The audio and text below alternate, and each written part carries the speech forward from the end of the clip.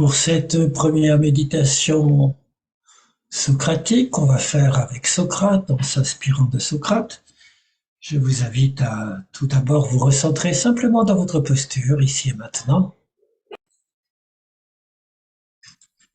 Ici et maintenant, c'est sur le support sur lequel vous êtes assis, face à cet écran, en fermant les yeux pour vous en abstraire.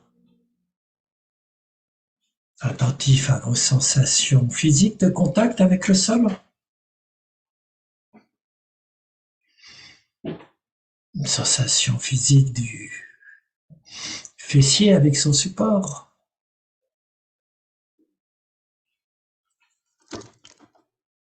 Sensation des mains.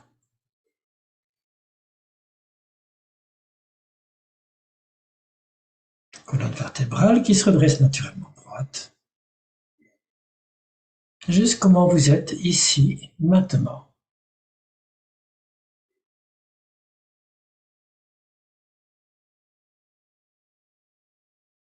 Ici et maintenant, c'est aussi ce qui se passe en vous.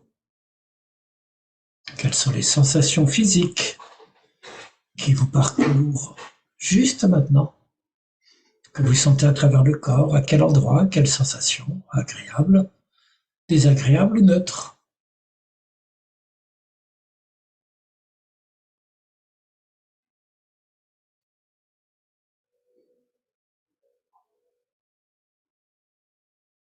Et puis, quel est votre état émotionnel, affectif du moment?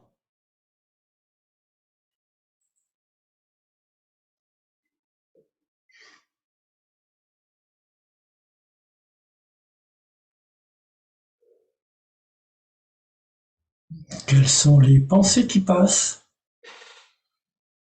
sans vous laisser distraire par elles, en les laissant passer?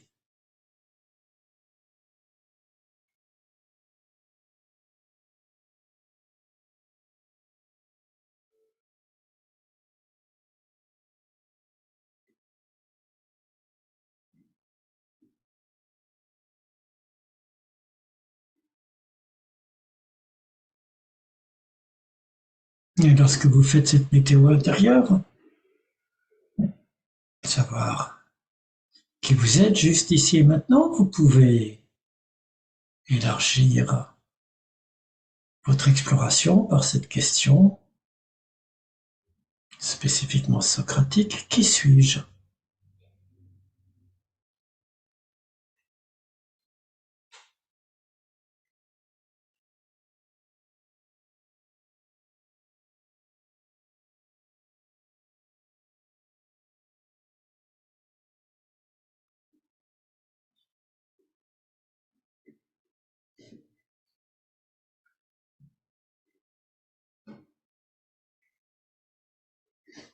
Cette question qui suis-je, elle rappelle forcément l'inscription qui était sur le fronton du temple de Delphes, où était l'oracle, la Pythie.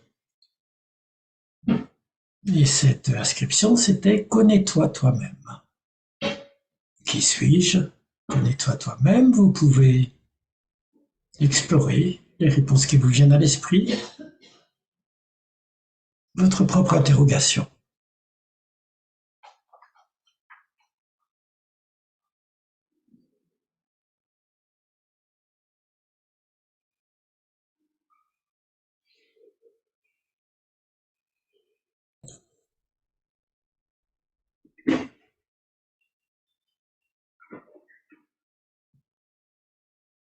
Connais-toi toi-même, ça peut être bien entendu prendre conscience de sa posture, assise, ici, maintenant.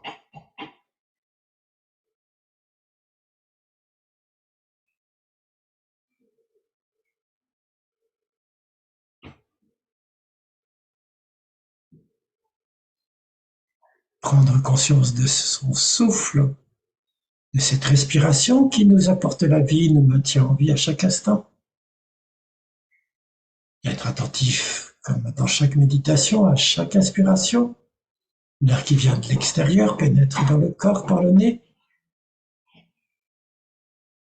vient nous nourrir, nous oxygéner, et à l'expiration, l'air qui ressort par le nez.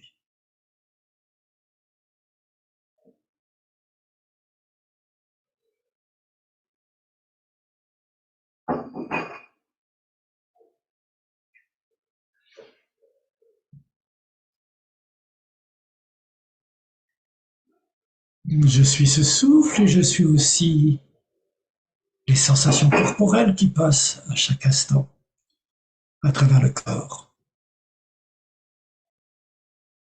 Et vous pouvez explorer à quel endroit du corps vous avez des sensations qui apparaissent, se déploient, disparaissent, agréables, désagréables, neutres à chaque instant.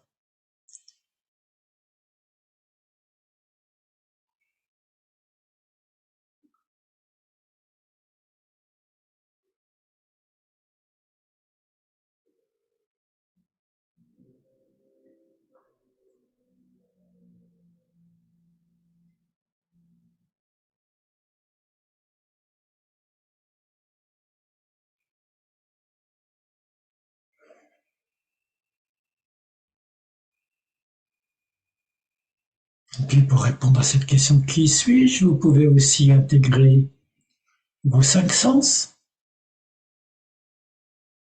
être attentif à toutes ces odeurs que vous sentez par le nez, ces sons que vous entendez par les oreilles, ces saveurs que vous goûtez par la bouche,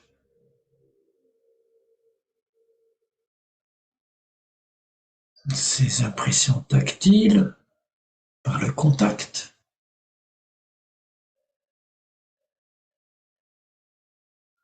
ces impressions visuelles par les yeux, même les yeux fermés.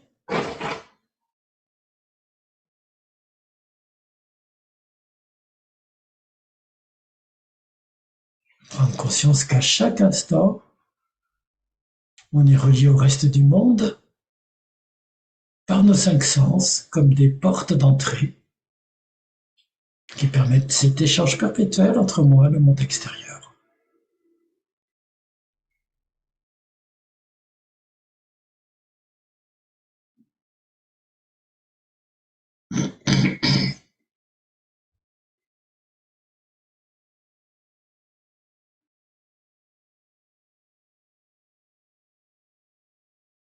Et vous pouvez également intégrer le sixième sens, le mental, ce sens qui, à partir des données sensibles qui lui apparaissent, des pulsions qui remontent du corps, mouline sans arrêt des représentations, des pensées, des événements mentaux, images, pensées ou autres.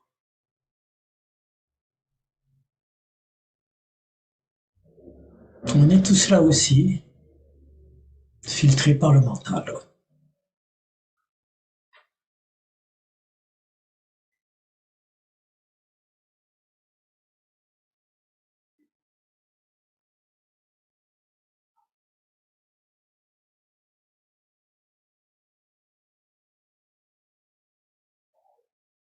Quand on essaie de répondre à cette question, quand on essaie de méditer sur qui suis-je en méditation, on est ainsi invité à découvrir que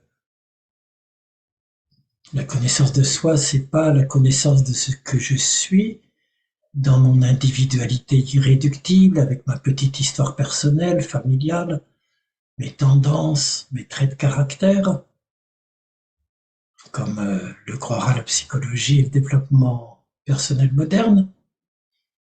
Dans le qui suis-je grec présocratique, de Socrate, que reprend Socrate, c'est juste qu'est-ce qui me fait être humain. Je suis comme tous les hommes, animé par un souffle vital, relié au reste du monde par les cinq sens, six avec le mental, en interaction perpétuelle, interdépendance, connexion, avec le monde, avec les autres, avec l'univers à chaque instant. Et qui suis-je? C'est une invitation à prendre conscience de mon interaction avec tout, non séparé, partageant la même respiration que tous les êtres vivants, chacun à sa manière.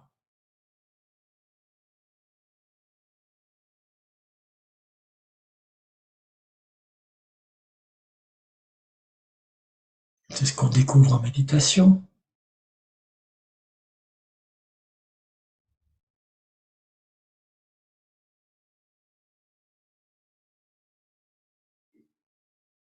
Et cela correspond à l'invitation de Socrate et de l'oracle de Delphes. Connais-toi toi-même. Dans la sagesse grecque, c'est connais ce qui en toi est général, partagé par tous les hommes, fait que tu es comme tous les hommes à cet endroit, dans le monde, dans la cité, au sein de l'univers, à cette place, avec toutes les interactions qui en dépendent.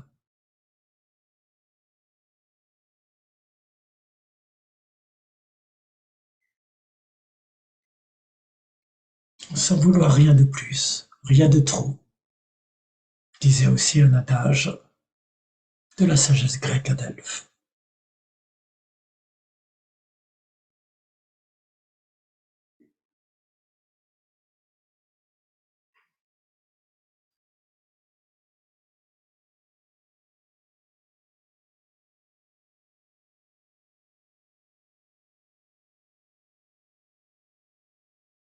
Et quand on est capable de répondre ainsi, de manière socratique, à la question connais-toi toi-même,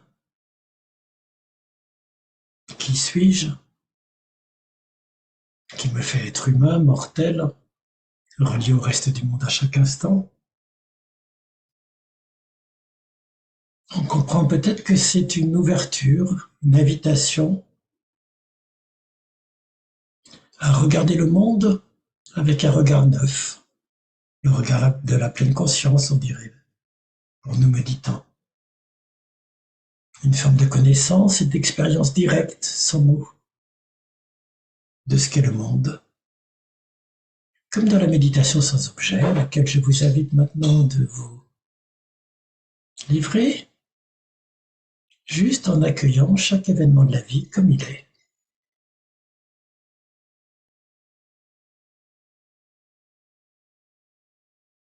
Sans chercher à repousser ce qui ne nous plaît pas, sans cultiver ce qu'on aime.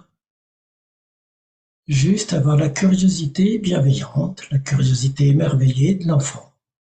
Comme si on découvrait le monde à chaque instant. Et c'est à ça que permet la connaissance de soi. C'est de s'ouvrir au monde. Comme l'enfant qui découvre le monde, la vie, d'une manière à chaque fois différente, nouvelle.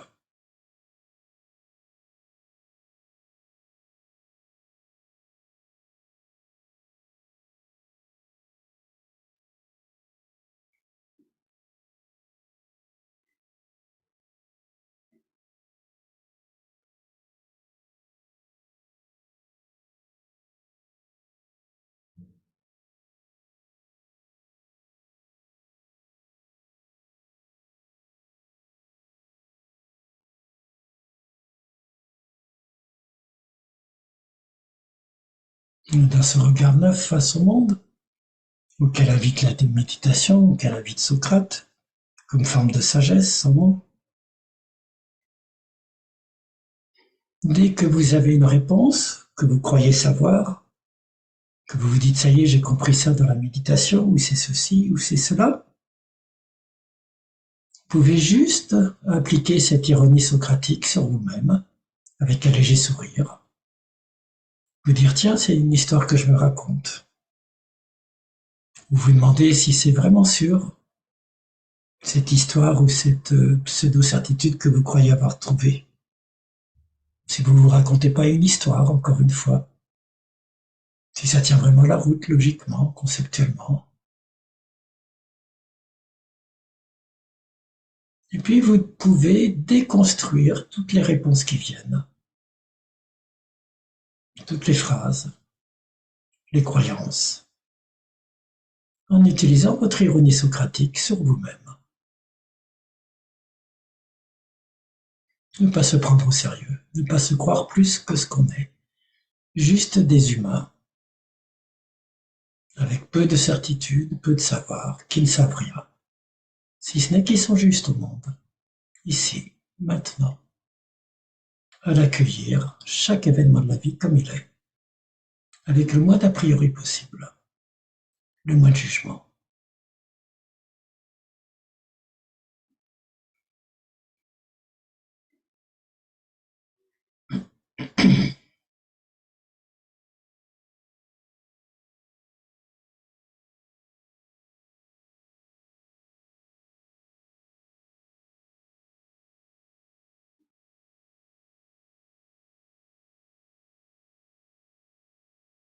L'ironie socratique, cette déconstruction de toutes mes croyances à laquelle invite Socrate, pour ne s'arrêter sur aucune pseudo-certitude, elle a ce but de réouvrir un regard neuf sur la vie, par une expérience directe, sans médiation des croyances, des discours.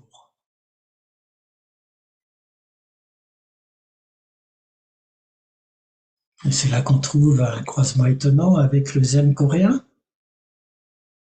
Dans le zen coréen, il y a une seule phrase qu'on répète sans arrêt pendant qu'on médite. À chaque fois qu'on voit un événement surgir, on dit intérieurement, qu'est-ce que c'est? Qu'est-ce que c'est? Tiens, c'est quoi ça? Comme l'enfant qui découvre pour la première fois quelque chose. Qu'est-ce que c'est? Tiens, c'est quoi ça?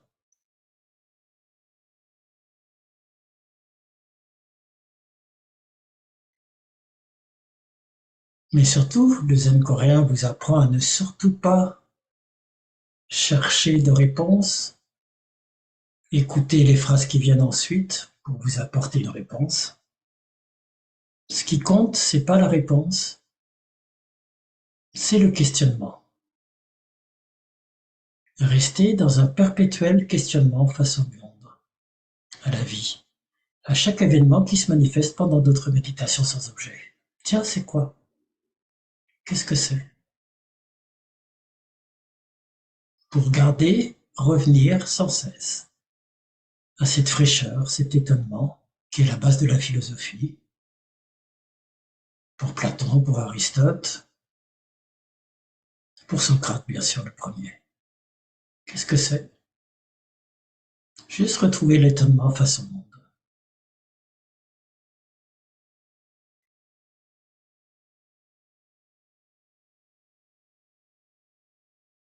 Je vous laisse le faire pendant quelques instants, minutes, sur tout ce qui se présente à votre esprit.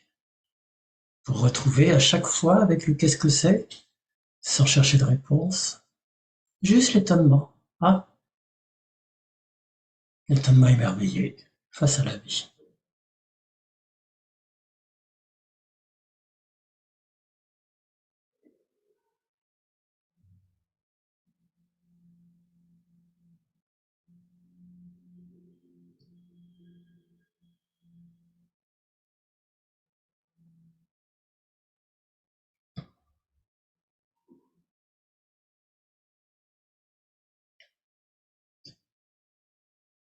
Et quand on déconstruit ainsi chaque opinion, chaque début de croyance qu'on peut formuler, cet aveu d'ignorance que Socrate cherche à tout prix à obtenir de ses interlocuteurs, c'est le début de la sagesse. On le comprend peut-être un peu mieux maintenant. Savoir qu'on ne sait pas, c'est savoir que ce qu'on peut comprendre ou vivre échappe aux mots, au savoir rationnel, aux croyances, aux certitudes. C'est se prémunir contre toutes les certitudes, les fausses croyances, développer ce que j'ai appelé ailleurs la docte-ignorance, à la suite de Nicolas de Cus, qui était un mystique allemand, 13e, 14e siècle, et de Montaigne, qui reprend le mot. Méditer avec Socrate, c'est cultiver cet étonnement premier et se servir de l'ironie socratique, de l'ironie envers soi-même, envers ses propres croyances, pour retrouver cet étonnement naïf, cette conscience originalement fraîche, ce regard neuf sur le monde à chaque instant. Juste laissez-le faire, émerger, éclore dans chaque instant.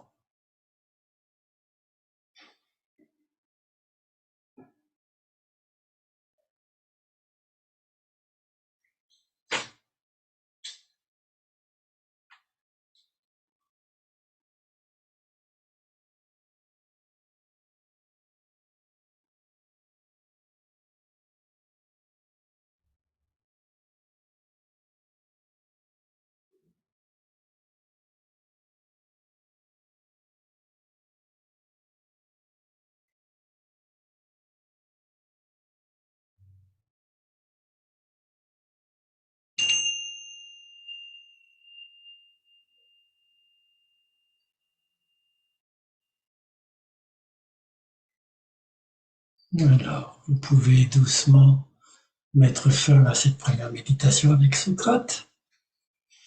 Vous étendre, bouger, vous relever.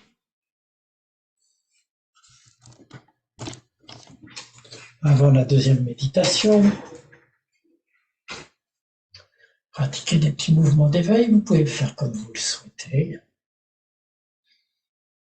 Moi, je bouge les épaules, mais vous pouvez bouger les mains, les jambes, les bras.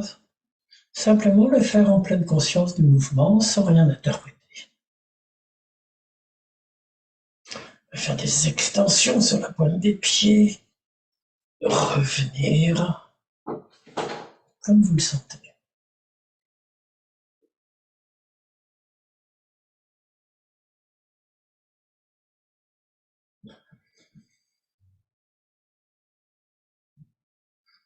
Les rotations des épaules dans un autre sens ou un autre mouvement. Sentir votre corps.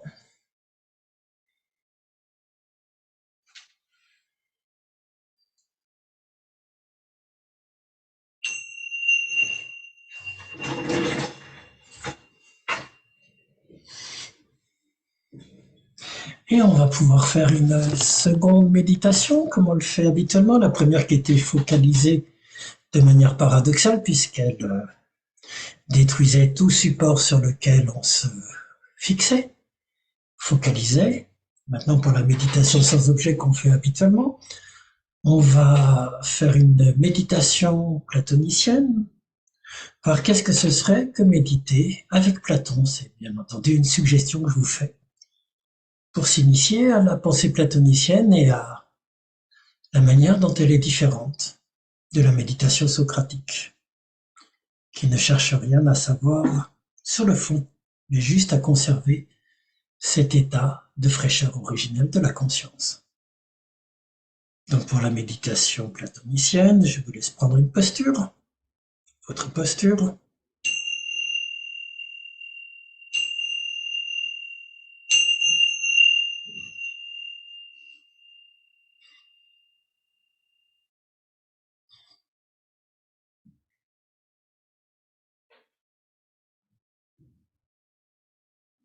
Je vous laisse trouver la posture idéale qui correspond le plus à la manière dont vous serez à la fois confortable et dans une assise stable, qui correspond à la forme idéale de la méditation, assise comme vous la pratiquez chaque jour, ou à chaque fois que vous la pratiquez.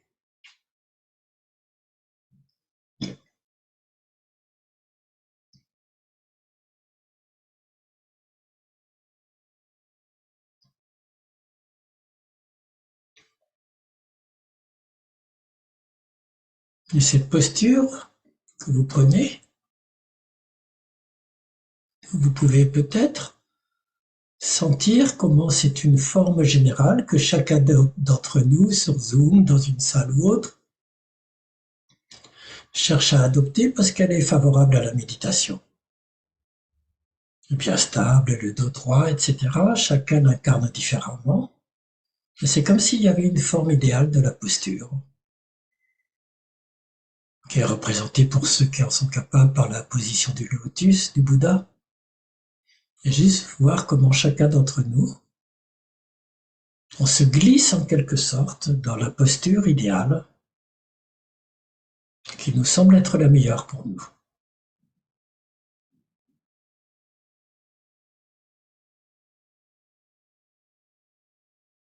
Jusqu'à se dire que c'est pas nous qui prenons une posture assise, mais qu'on se moule, on se glisse dans la posture immémoriale de la méditation.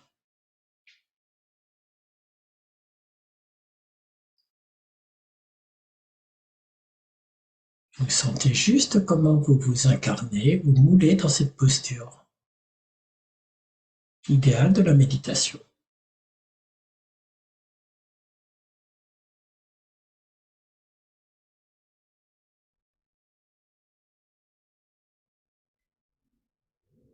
Et ressentez alors peut-être comme, à la manière platonicienne, comme s'il existait une forme idéale de posture méditative dans laquelle chacun se moule que chacun incarne à sa manière.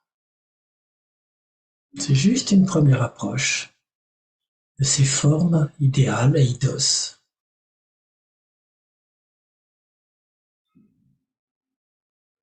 que Platon pense exister de tout temps.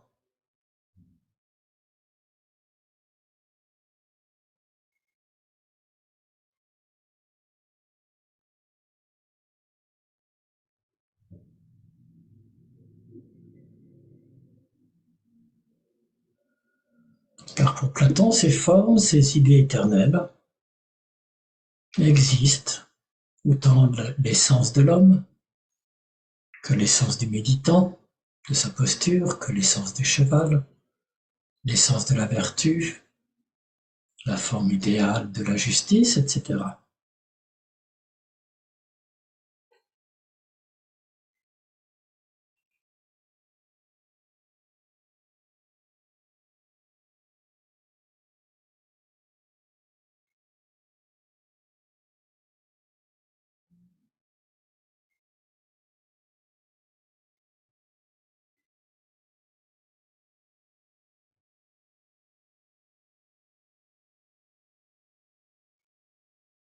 Et maintenant que vous êtes totalement incarné dans cette forme de la méditation assise, vous pouvez juste en occuper tous les rebords, tous les contours, vous y sentir parfaitement à l'aise, décontracté, de façon à laisser votre esprit s'ouvrir maintenant, de manière large, pour accueillir tout ce jeu du monde de la vie qui se produit instant par instant. Donc, je vous invite juste à une méditation sans objet, qui consiste à accueillir dans le vaste champ de votre conscience, apaisé, calme dans sa posture, à accueillir chaque événement de la vie, qui soit agréable, désagréable ou neutre, peu importe. On est parfaitement recentré en soi, stable, curieux de chacun de ces événements, chacune de ces manifestations, de ce flux, ce fleuve parfois impétueux de la vie, comme il se produit à travers nos 5 sens, 6 avec le mental. Vous voyez ce flux de la vie comme un fleuve perpétuellement changeant, qui se déroule devant vous.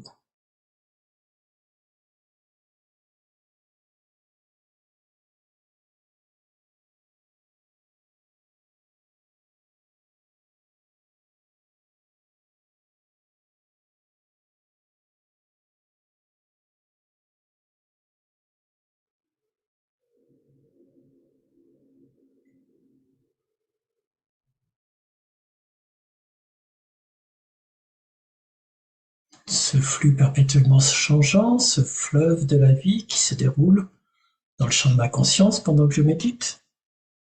Il peut parfois paraître être un torrent, un fleuve agité.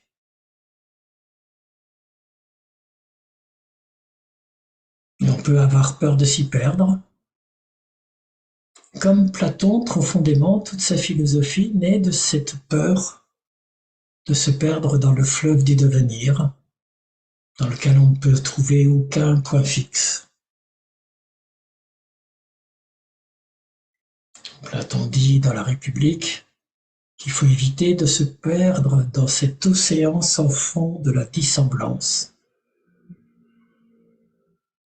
du changement perpétuel. Et c'est cette phobie du changement perpétuel, à l'inverse des bouddhistes, qui, au contraire, invite à apprivoiser, explorer le changement perpétuel de la vie. C'est cette phobie du changement perpétuel du fleuve de la vie qui anime Platon et qui lui donne envie de rechercher ce qui échappe au devenir, au changement perpétuel. Et si vous souhaitez méditer avec Platon à la manière platonicienne, cherchez ce qui échappe en ce moment à ce flux perpétuel de souvenirs, de sensations, d'émotions, de pensées qui peuvent se présenter à votre conscience, juste maintenant. Qu'est-ce qui échappe? Quel est le point stable, fixe, possible?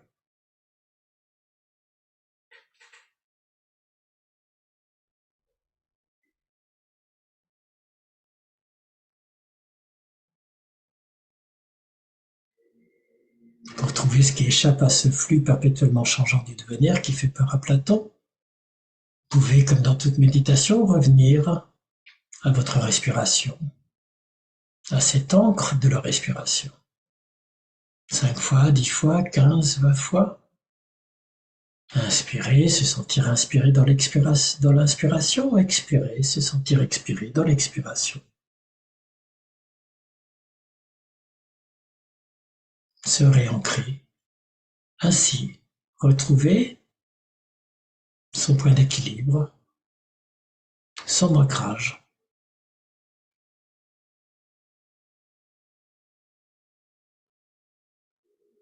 Son calme mental.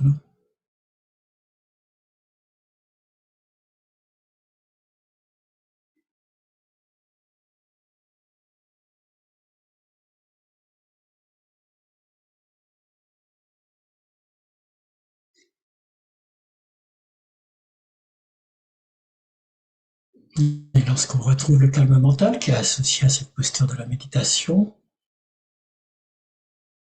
sans contrainte, sans pression inutile, sans effort, sans tension, on peut alors trouver que notre point d'ancrage, c'est cette vision large qu'on a dans la méditation. Cet espace large de la méditation où on est capable de tout accueillir avec bienveillance, avec curiosité, avec étonnement. Autant les phénomènes agréables que désagréables, que neutres. Et cette fois-ci, on va moins s'intéresser à tout ce jeu des phénomènes, des apparences qui peuvent surgir à la surface de notre conscience, qu'à ce vaste contenant de notre conscience. Cette présence large, sans limite de la méditation, capable de tout accueillir, que ce soit interne ou externe à nous. Je vous laisse pour chacun explorer, chacun à sa manière, ce vaste espace de la méditation sans objet. Sentir cet espace se dilater, s'ouvrir, pour accueillir chaque événement de la vie avec lequel on ne fait qu'un.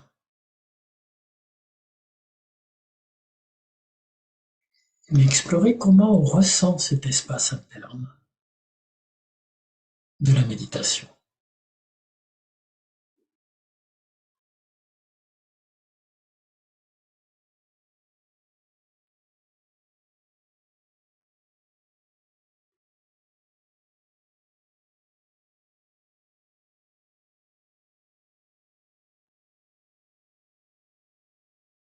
Cet espace interne vaste de la méditation qui nous permet de tout accueillir à chaque instant. On peut peut-être le ressentir comme une présence pure, vaste, ou comme une présence lumineuse pour d'autres à d'autres moments.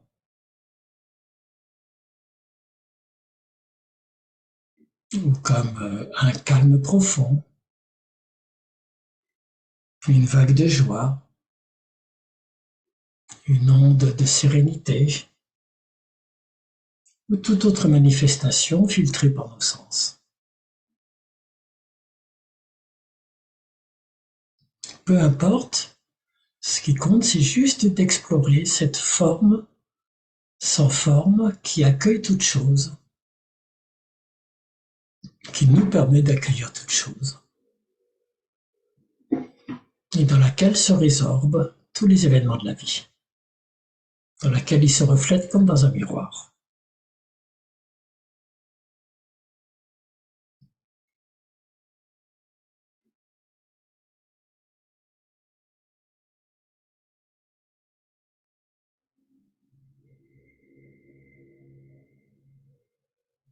Et ce vaste espace de la méditation, peut-être qu'il nous apparaît comme une chaleur ou une lumière ou une onde ou autre. Peut-être qu'on a envie de dire que c'est beau. qu'il y a une beauté là-dedans.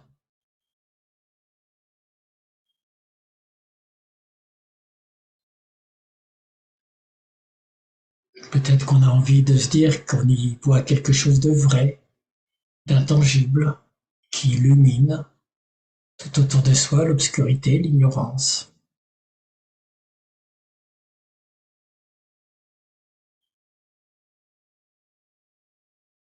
Peut-être que cet espace, on le ressent comme quelque chose de chaud, qui fait du bien, comme quelque chose de bon.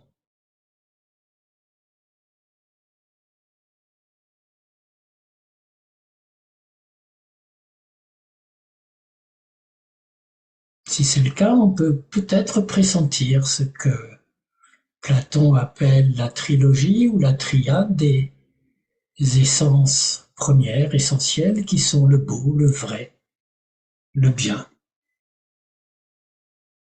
Ce sont à ces essences intangibles de ce qui est beau, vrai, bien qu'on peut se hisser au-delà du changement perpétuel du fleuve du devenir. Comme on peut se hisser à partir de l'amour charnel pour le corps de telle ou telle personne, jusqu'à l'amour platonique éthéré, d'un amour pur, qui transcende les corps.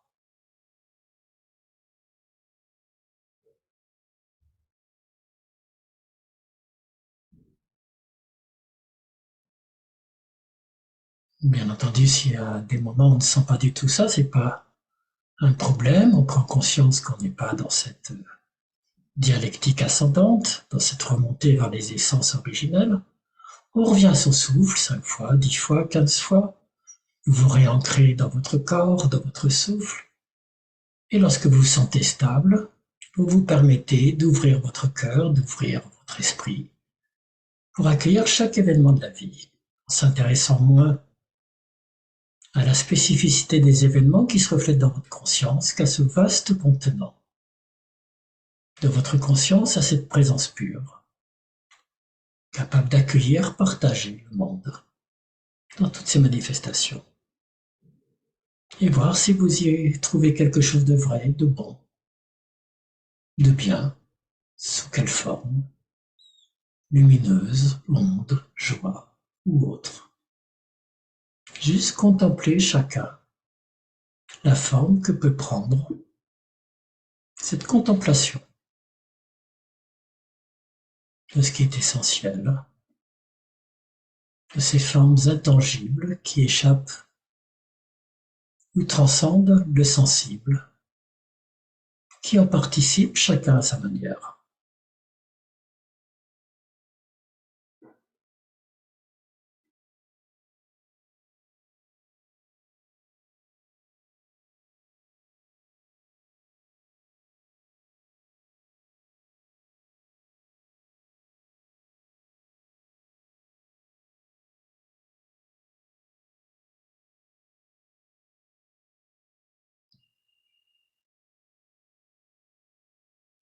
À l'issue de cette dialectique ascendante, de cette contemplation des essences de ce qui vous semble le plus important, le plus pur dans cet espace de la méditation qui permet de tout accueillir, vous pouvez vous demander maintenant si vous n'avez pas envie d'en faire profiter les autres, d'en tirer des conséquences ou des leçons dans votre vie concrète,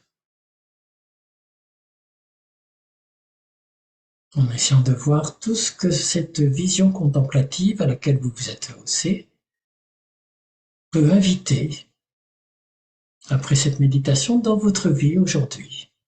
Comment le réaliser concrètement, ce que vous venez de contempler, percevoir ou entreapercevoir? Qu'est-ce que ça impliquerait pour vous dans une forme de dialectique descendante? Alors descendante dans le sensible, pourrait retrouver des formes de ce que vous avez vu.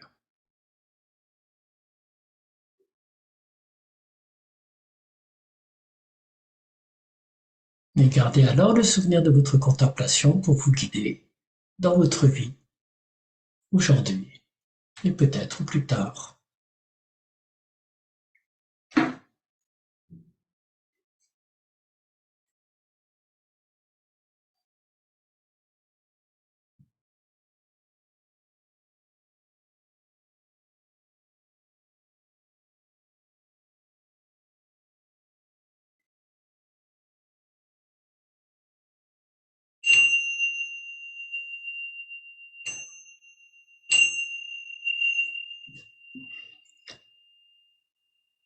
Alors, vous pouvez doucement, lorsque vous le souhaitez, rouvrir les yeux. Donc, ce que je vous invitais, c'était à faire deux méditations, l'une focalisée, socratique, qui invite à déconstruire tout ce sur quoi on focalise pour retrouver l'étonnement premier face au monde. Cette manière de savoir qu'on ne sait pas, qui ouvre, qui est éminemment libératrice, comme dans le zen. Et la deuxième méditation, c'était pour découvrir sa différence avec le Socrate revu par Platon, une méditation plus platonicienne, qui consiste à découvrir qu'est-ce que c'est qu'une forme, comme une forme idéale de posture, et après comment s'abstraire du monde contingent sensible qu'on voit à chaque instant dans la méditation, ce flux perpétuellement changeant, pour chercher à se résorber dans ce fond originel, ouvert, dans lequel on peut voir des traces, des reflets, des ondes de cette source originelle du beau, du bien, du vrai, comme dit Platon, ou de cette conscience large, comme on dirait en méditation, non duel, d'où tout émerge et où tout se résorbe, et dont on peut s'inspirer ensuite pour les actions dans la vie quotidienne, dans une dialectique descendante où on redescend dans les formes de vie. Mais c'est une autre méditation. Elle est plus socratique, elle est platonicienne, vise des essences, des formes idéales. Voilà, j'espère que ça vous aura aidé à la compréhension, découverte de Socrate et de Platon, de méditer avec leur éclairage. Merci.